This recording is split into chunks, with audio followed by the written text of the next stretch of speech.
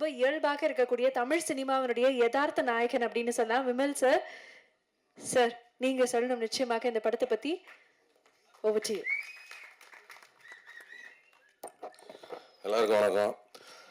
பத்திரிகை, ஊடக, தொலைக்காட்சி மற்றும் அனைத்து நண்பர்களுக்கும் என்னுடைய முதற்கண் நன்றி வணக்கம். இந்த விழாவின் கதாநாயகன் அண்ணன் இமான் அவர்களுக்கும் என்னுடைய வணக்கம். அண்ணன் இமான் அண்ணனோட அது 3வது படமும் 4வது படமும் பண்ணுறேங்க. எல்லா படமுமே சாங்ஸ் ரொம்ப அருமையாக பண்ணியிருந்தாங்க. எல்லா படமே ஹிட்டு படம் வேறு. அந்த வரிசையில் இந்த வடம் படத்துக்கு ஏன்னா முந்தானது தான் படம் பார்த்தேன், ரொம்ப அருமையாக இருந்தது. ஒரு நட்டியானே சொன்ன மாதிரி இந்த படத்துக்கு ரொம்ப உயிர் கொடுத்துருக்காரு அதுதான் சொல்லலாம். அதேமாதிரி சாங்கும் ரொம்ப ரொம்ப அருமையாக போட்டிருக்காங்க.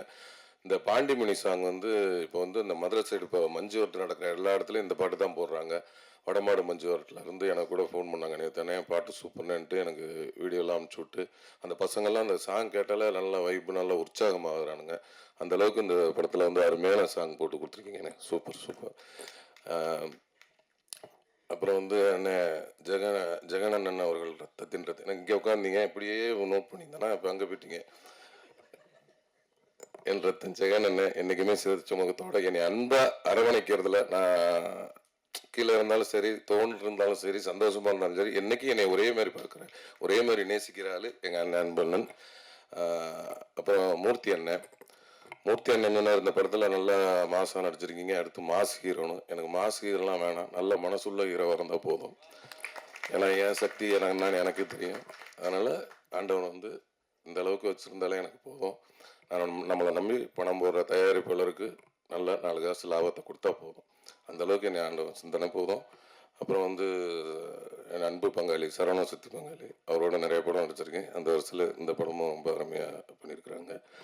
அப்புறம் வந்து ஏன்னா ஆர்டர் கட் ஆகிரும், அதுக்காக தான் இங்கிட்டு இருந்து இப்படி வரேன். இப்போ எங்கள் ஆர்ட் டைரக்டர் அண்ணன் ரொம்ப அருமையாக இந்த படத்தில் வந்து எங்கள் ஸ்பாட்டில் பார்த்தா எதையாவது தூக்கிக்கிட்டு ஏதாவது ஒன்று பண்ணிக்கிட்டே தான் இருப்பார். இந்த அளவுக்கு இயல்பாக வந்து ரொம்ப என்ன டைரக்டரோட நண்பர் அப்படின்றதுனால எந்த ஒரு ஈகம் எல்லாமே இதுனா ஆர்ட் டைரக்டர் நானாக செய்யணும், அசிஸ்டண்ட் தான் செய்யணும்லாம் கிடையாது. இல்லை, எந்த வேலையாக இருந்தாலும் இறங்கி செய்வார். அந்த அளவுக்கு ஒரு பிரமாதமான ஒரு ஆர்ட் டைரக்டர்.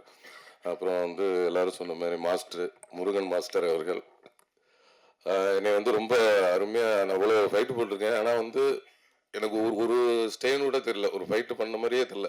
அந்த அளவுக்கு ஒரு ஒரு குழந்தைகிட்ட வேலை வாங்குற மாதிரி தான் வாங்கினாரு. ரொம்ப இயல்பாக வாங்கினாரு. சூப்பராகவும் பண்ணியிருக்கேன். நல்லா பண்ணனா மாஸ்டர், ரொம்ப சூப்பர். என்னை ரொம்ப நல்லா பண்ண வச்சதுக்கு உங்களுக்கு ரொம்ப நன்றி மாஸ்டர். ஆமாம். அதுக்கப்புறம் இங்கே அந்த மற்றும் எல்லாம் வந்து ஏன்னா அவங்க நிறைய பேர்த்தோட எனக்கு காம்பினேஷன்லாம் இல்லை, இருந்தாலும் அவங்க எல்லாத்துக்கும் என்னுடைய வாழ்த்துக்கள். அப்புறம் காஸ்டியூம் டிசைனர் டோத்தி, உங்கள் வாயிலே நுழையாது உங்கள் பேர், டாந்தி. டோத்தினா வேஸ்டியா? டோரத்தி அவர்கள் காஸ்டியூம். இந்த படத்தில் வந்து நான் வழக்கம் போல வேட்டி சட்டை தான் போட்டிருப்பேன், இருந்தாலும் அந்த டிசைன் பண்ணி கொடுத்தது இவங்க தான். இன்னைக்கு போட்டிருக்கு. ஆனால் வேட்டியும் பனியன் மட்டும் இவங்க, கீழே பேண்ட் வந்து எங்கள் வீட்டுக்காரம்மா அவங்க செலெக்ஷன். அவங்க கோச்சுக்கான்னு சொல்ல, உண்மையில தான் சொல்கிறேன். அப்புறம் வந்து உங்களுக்கு கதாநாயகி சனாஸ்கா, பெரிய டாஸ்கா இருக்கு இவங்க பேர்லாம் கூப்பிடுறது. சனாஸ்கா அவர்கள் ரொம்ப இயல்பாக நடிச்சிருந்தாங்க. ஏன்னா நிறைய எனக்கு அவங்க இந்த மாடு, எனக்கு தம்பி பாலசரவணன் அவர்கள் எல்லாத்துக்கும் எங்கள் அலுவலகத்துக்கு இந்த மாடோடு தான் பெரிய டாஸ்காக இருக்கும். அது மாதிரி வந்து அந்த பாண்டிமணிங்கிற மாடு அவங்க இன்னைக்கு கால் செட் இல்லைன்னா அவங்களும் இன்னைக்கு வந்திருப்பாங்க. அவங்க வந்து இன்னைக்கு வடமாடு மஞ்சுவரத்தில் இருக்கிறாங்க, அதனால இன்னைக்கு வர முடியல. 6ஆம் தேதி மதுரை கால் செட் கொடுத்துருக்காரு பாண்டிமணி, அதனால அங்கே வந்துருவார். அதனால் அங்கே வர பார்த்துக்குவோம். அதனால் எங்களுக்கு காம்பினேஷன் ரொம்ப அருமையாக பண்ணியிருந்தாங்க. நட்டியானே சொன்ன மாதிரி இந்த இன்ட்ரோல் பிளாக்கில் ஒரு கதை காமிச்சிருக்கிறாங்க. சூப்பர், நல்லா பண்ணியிருக்காங்க. அப்புறம் வந்து எடிட்டர் சார் ரொம்ப அருமையாக பண்ணியிருக்காங்க. நேற்று வரையும் என் கட்டு இதை மாற்றுன்னு சொல்லிட்டு இருந்தார். நேற்று வரையும் இன்னைக்கு வரையும் அந்த படத்தில் வந்து ஒர்க் பண்ணிக்கிட்டே இருக்காரு.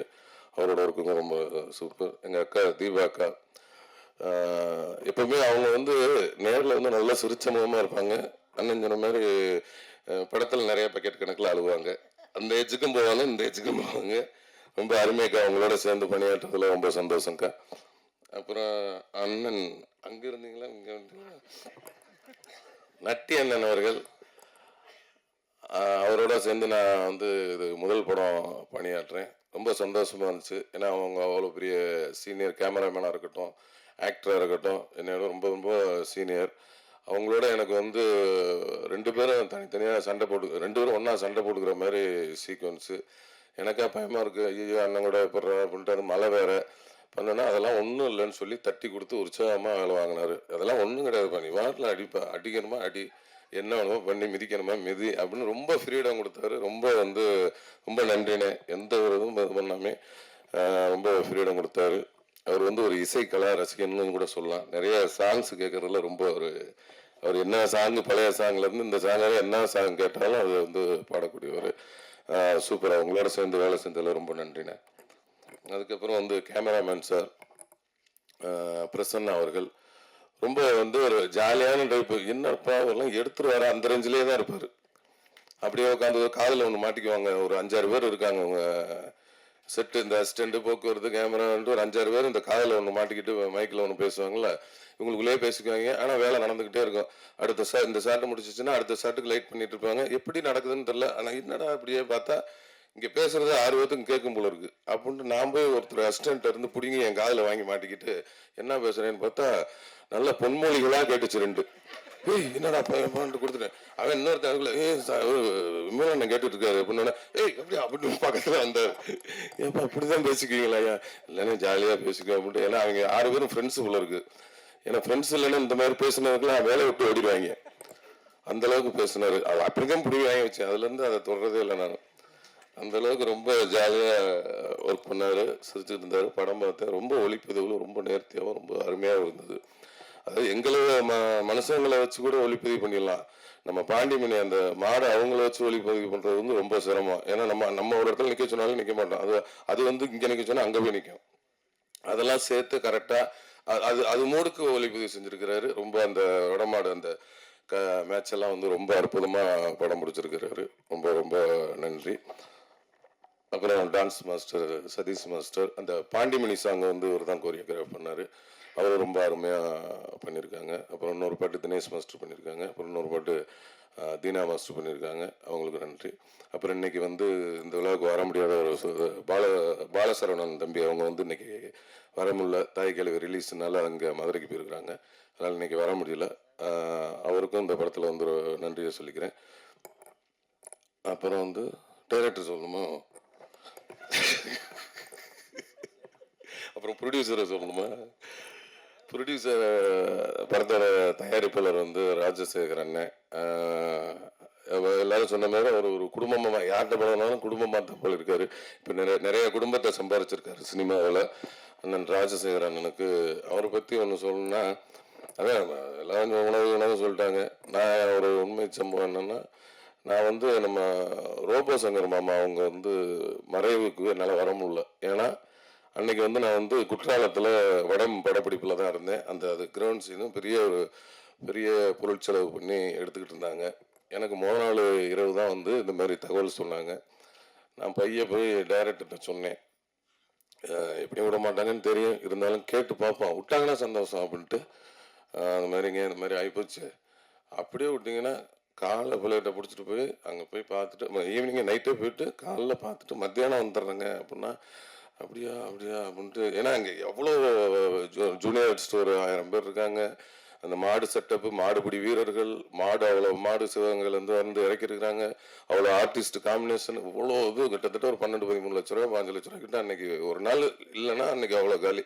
அந்த இருக்கும்போது நமக்கும் அது கேட்கல, இருந்தாலும் கேட்டு பார்க்கலான்ட்டு வேற ஏதாவது சீன் இருக்கான்னு பார்த்தா வேற எந்த சீனும் இல்லை. அப்புறம் இல்லைன்னு சொல்லிட்டாங்க. சரி ஓகே அப்படின்ட்டு அடுத்த நாள் ஷூட்டிங்கை கண்டினியூ பண்ணி வர முடியாத சூழல். அதனால என் மனைவியை அனுப்பிச்சி விட்டு சரி ஓகே அப்படின்னு விட்டுட்டேன். அப்புறம் பார்த்தா ரைட்டு ஓகேன்ட்டு பார்த்துக்கிட்டு அன்னைக்கு அவரும் இருந்தார். சரி அனுப்ப முடியலன்னு பார்த்தா அடுத்த நாள் என்ன பண்ணிட்டாரு, ஈவினிங் எல்லாத்தையும் இது பண்ணி கூப்பிட்டு டோட்டல் யூனிட்டை கூப்பிட்டு அவருக்கு வந்து ரோபோ அவர்களுக்கு ஒரு பெரிய ஃப்ளக்ஸ் அடித்து கண்ணீர் அஞ்சலின்னு போட்டு பெரிய ஃப்ளக்ஸ் அடித்து அங்கே வச்சு டோட்டல் யூனிட்டையும் கூப்பிட்டு மௌன அஞ்சலி செலுத்தி அன்னைக்கு வந்து அங்கே அந்த ஊர் கிராமத்தில் இருக்க எல்லாத்துக்கும் 500 புடவை எல்லாருக்கும் அவரோட ஞாபகார்த்தமாக கொடுத்து, அப்புறம் அந்த ஏரியாவில் ஃபுல்லாக 2000 மரக்கன்றுகள் ரோபோசங்க மாமா அவர்களோட ஆத்மா சாந்தி அடைகிறதுக்கு 2000 மரக்கன்றுகள் அந்த ஏரியா ஃபுல்லாக ஒரு வாரத்தில் ஊனிட்டாங்க. அன்னைக்கு வந்து ஊனை வச்சு ஆரம்பித்து ஒரு வாரத்தில் மரக்கன்று 2000 மரக்கன்று ஊனி 500 புடவை கொடுத்தாரு. அதை வந்து ரொம்ப இன்னைக்கு வந்து அவர் ஆத்மா சாந்தி எனக்கு அன்னைக்கு இங்கே வராத ஒரு இதை அன்னைக்கு அங்கே போக்கிட்டாரு. அது ரொம்ப நன்றி. மற்றபடி அந்த மனசுக்காகவும் ரொம்ப கதையை செலக்ட் பண்ணியிருக்காங்க. இந்த படம் வந்து மாபெரும் வெற்றி அடைஞ்சு பெரிய பெரிய இந்த நிறுவனம் மாசாணி அம்மன் இந்த நிறுவனம் நிறைய வெற்றி படங்களை கொடுக்கணும். அதுமாரி நம்ம அண்ணன் இமான் அண்ணன் வந்து டிஐ சவுண்ட் ஃபேக்ட்ரி தொடர்ந்து தொடங்கியிருக்கீங்க. அதுவும் பெரிய பெரிய நிறுவனமாக வரணும்னு என்னுடைய வாழ்த்துக்களை தெரிவிச்சுக்கிறேன். அப்புறம் வந்து டைரக்டர் கேந்திரன் சார் இந்த கதையை சொன்னார்.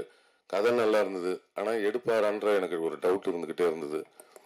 ஏன்னா சொன்ன மாதிரி எடுக்குமாறா, என்னன்னா இதில் வந்து இது வந்து ஒரு கமர்ஷியல் படம் தான், ஆனால் இது கதை உள்ள கமர்ஷியல் படம். கதைன்னா ஒரு 4-5 கதை உள்ள கமர்ஷியல் படம் அப்படியே இருக்கும். ஆனால் எல்லாத்தையும் கரெக்டாக சொல்லி கிளைமேக்ஸில் எல்லாத்துக்கும் ஆன்சர் பண்ணணுமா, அது பெரிய இது. என்னடா இது எடுத்துருவாரா அப்படின்னு பார்த்தா ஷூட்டிங்கில் எடுத்துக்கிட்டு தான் இருந்தார். ஆனாலும் எனக்கு நம்பிக்கையெல்லாம் போயிட்டே இருந்துச்சு. எல்லாமே கரெக்டாக தான் போகுது. அப்புறம் டப்பிங்க பேசினா எல்லாம் போகுது. முந்தானது படம் பார்த்ததுக்கு அப்புறம் தான் திருப்தியாக இருந்தது. ஏன்னா அதுவரை எனக்கு திருப்தியே இல்லை. அதனால வந்து படம் பார்த்தேன். அவர் சொன்னதை கரெக்டாக எடுத்து கொடுத்துட்டாரு. அண்ணனோட விஷயம் ரொம்ப இதாக இருக்குது. இது இனிமேல் வந்து இந்த படம் வந்து மீடியாக்களாக நீங்கள் மக்கள்கிட்ட வந்து ரொம்ப சப்போர்ட் பண்ணுவீங்கன்னு நினைக்கிறேன்.